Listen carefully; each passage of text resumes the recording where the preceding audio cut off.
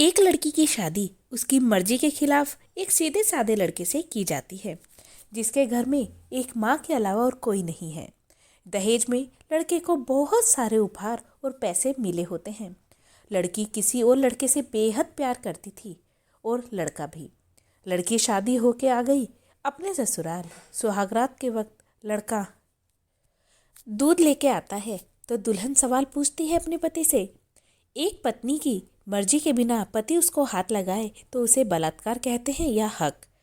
पति, आपको इतनी लंबी और गहरी जाने की कोई ज़रूरत नहीं है, बस दूध लाया हूँ, पी लीजिए। हम सिर्फ आपको शुभरात्रि कहने आए थे, कह के कमरे से निकल जाता है। लड़की मन मारकर रह जाती है, क्योंकि लड़की चाहती थी कि झगड़ा हो ताकि मैं इस गंवार से पीछा छुटा सकूं। है तो दुल्हन मगर घर का कोई भी काम नहीं करती, बस दिन भर ऑनलाइन रहती और ना जाने किस किस से बातें करती। मगर उधर लड़के की माँ बिना शिकायत के दिन भर चूल्हा चौका से लेकर घर का सारा काम करती, मगर हर पल अपने होठों पर मुस्कुराहट लेकर फिरती। लड़का एक कंपनी में छोटा सा मुलाजिम है और बेहद ही मेहनती और ईमानदार। करीब महीने भर बीत गए मगर पति पत्नी अब तक साथ नहीं सोए। वैसे लड़का बहुत शांत स्वभाव वाला था, इसीलिए वह ज़्यादा बातें नहीं करता था। बस खाने के वक्त अपनी पत्नी से पूछ लेता था कि कहाँ खाओगी, अपने कमरे में या हमारे साथ। और सोने से पहले डायरी लिखने की आदत थी, जो वह हर रात को लिखता था। ऐसे लड़की के पास एक स्कूटी थी। वह हर रोज बाहर जाती थी, पति के ऑफिस जाने के बाद और पति के वापस लौटने के समय आ जाती थी। छुट्टी का दिन था, लड़का भी घर पे ही था, तो लड़की ने अच्छे भले खाने को भी गंदा कह के माँ को अपशब्द बोल के खाना फेंक देती है। मगर वह शांत रहने वाला उसका पति अपनी पत्नी पर हाथ उठा देता है, मगर माँ अपने बेटे को बहुत डांटती है। इधर लड़की को बहाना चाहिए था झगड़े का, जो उसे मिल गया था। वह पैर पटकती हुई स्कूटी लेके निकल पड़ती है। लड़की जो रोज घर से बाहर जाती थी, वह अपने प्यार से मिलने जाती थी। लड़की भले टूटकर चाहती थी लड़के को, मगर उसे पता था कि हर लड़की की एक हद होती है जिसे इज्जत कहते हैं। वह उसको बचाए रखी थी। इधर लड़की अपने प्यार के पास पहुंचकर कहती है, अब तो एक पल भी उस घर में नहीं रहना है मुझे। आज गंवार ने मुझ पर हाथ उठा के अच्छा नहीं किया। लड़का, अरे तुमसे तो मैं कब से कहता हूँ कि भाग चलो मेरे साथ कहीं दूर, मगर तुम ही हो कि आजकल पे लगी रहती हो। लड़की, शादी के दिन मैं आई थी तो तुम्हारे पास, तुम ही ने तो लौटाया था मुझे। लड़का, खाली हाथ कहाँ तक भागोगे, तुम ही बोलो। मैंने तो कहा था कि कुछ पैसे और गहने साथ ले लो, तुम तो खाली हाथ आई थी। आखिर दूर एक नई जगह में जिंदगी नए सिरे से शुरू करने के लिए पैसे तो चाहिए ना। लड़की, तुम्हारे और मेरे प्यार के बारे में जानकर मेरे घर वालों ने मैं बैंक के पास बुक, एटीएम और मेरे गहने तक रख लिए थे, तो मैं क्या लाती अपने साथ। हम दोनों मेहनत करके कमा भी तो सकते थे। लड़का चालाक इंसान पहले सोचता है और फिर काम करता है। खाली हाथ भागते तो ये इश्क का भूत 2 दिन में उतर जाता, समझी। और जब भी तुम्हें छूना चाहता हूँ बहुत नखरे हैं तुम्हारे, बस कहते होगे शादी के बाद। लड़की, हाँ शादी के बाद ही अच्छा होता है ये सब, और सब तुम्हारा तो है। मैं आज भी एक कुंवारी लड़की हूँ, शादी करके भी आज तक उस गंवार के साथ न सो सकी, क्योंकि तुम्हें ही अपना पति मान चुकी हूँ। बस तुम्हारे नाम का सिंदूर लगना बाकी है, बस वह लगा दो, सब कुछ तुम अपनी मर्जी से करना। लड़का, ठीक है तो मैं तैयार हूँ, मगर इस बार कुछ पैसे ज़रूर साथ लेके आना। मत सोचना हम दौलत से प्यार करते हैं, हम सिर्फ तुमसे प्यार करते हैं। बस कुछ छोटे मोटे बिजनेस के लिए पैसा चाहिए। लड़की, उस गंवार के पास कहाँ होगा पैसा। मेरे बाप से 3 लाख रुपया, ऊपर से मारुति कार ली है, बस कुछ गहने हैं वह लेके आऊँगी आज। लड़का लड़की को होटल का पता देकर चला जाता है।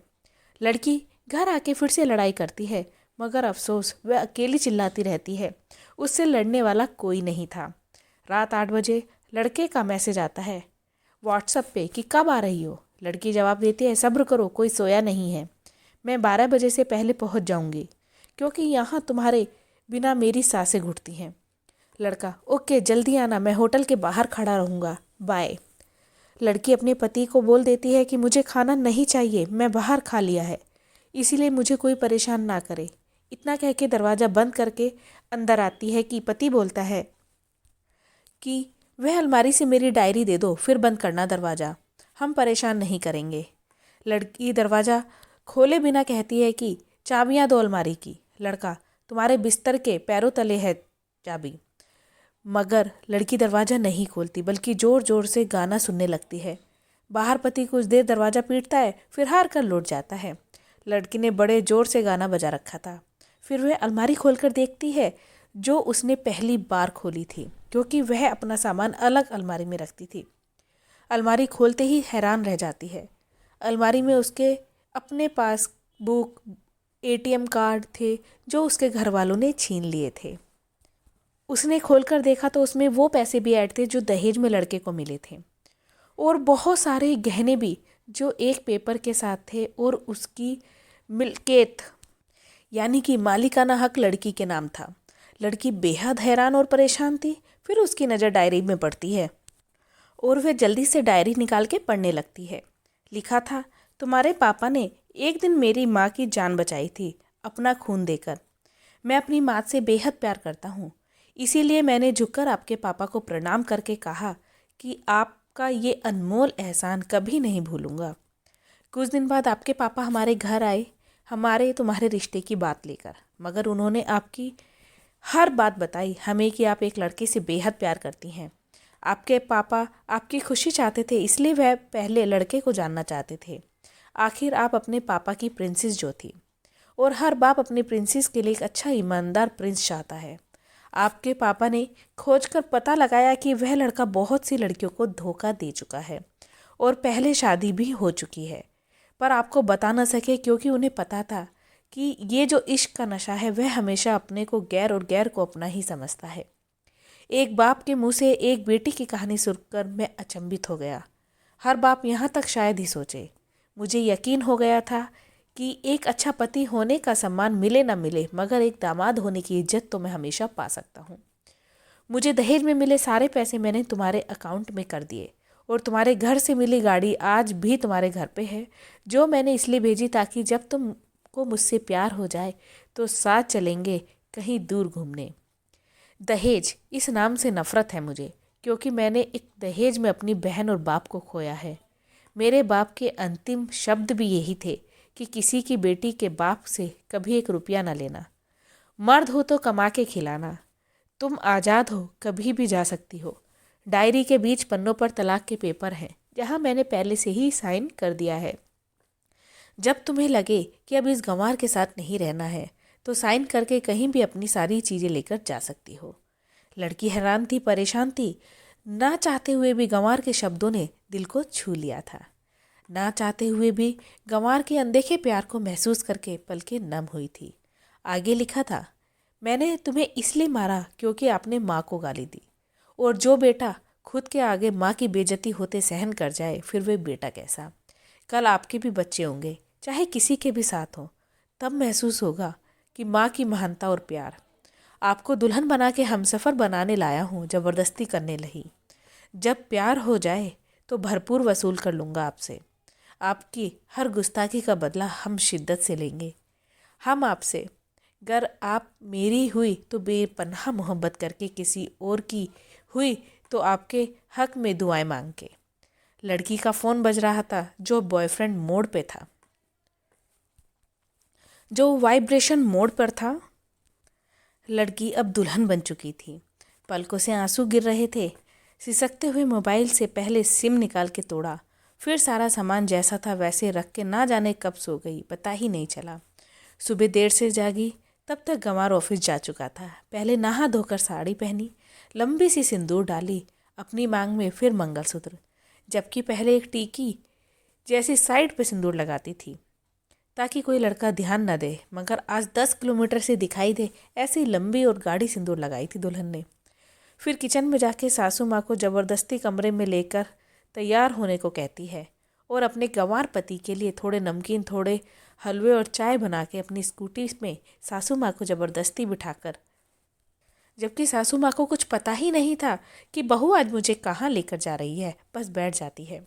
फिर रास्ते में सासू माँ को पति के ऑफिस का पता पूछकर ऑफिस पहुँच जाती है। पति हैरान रह जाता है पत्नी को इस हालत में देखकर। पति, सब ठीक है माँ? मगर माँ बोलती इससे पहले पत्नी गले लगाकर कहती है कि अब सब ठीक है, I love you for ever. Office के लोग सब खड़े हो जाते हैं तो दुल्हन कहती है कि मैं इनकी धर्म पत्नी हूँ, वनवास गई थी, सुबह लौटी हूँ। अब 1 महीने तक मेरे पतिदेव ऑफिस में दिखाई नहीं देंगे। ऑफिस के लोग, दुल्हन, क्योंकि हम लंबी छुट्टी पे जा रहे हैं साथ। पति, पागल दुल्हन, आपके सादगी और बोहलेपन ने बनाया है। सभी लोग तालियां बजाते हैं और दुल्हन फिर से लिपट जाती है अपने गंवार से, जहाँ से वह दोबारा कभी भी छूटना नहीं चाहती। बड़े कड़े फैसले होते हैं कभी कभी हमारे अपनों की, मगर हम समझ नहीं पाते कि हमारे अपने हमारी फिक्र खुद से ज़्यादा क्यों करते हैं। माँ बाप के फैसलों का सम्मान करें, क्योंकि ये 2 ऐसे शख्स हैं जो आपको हमेशा दुनियादारी से ज़्यादा प्यार करते हैं।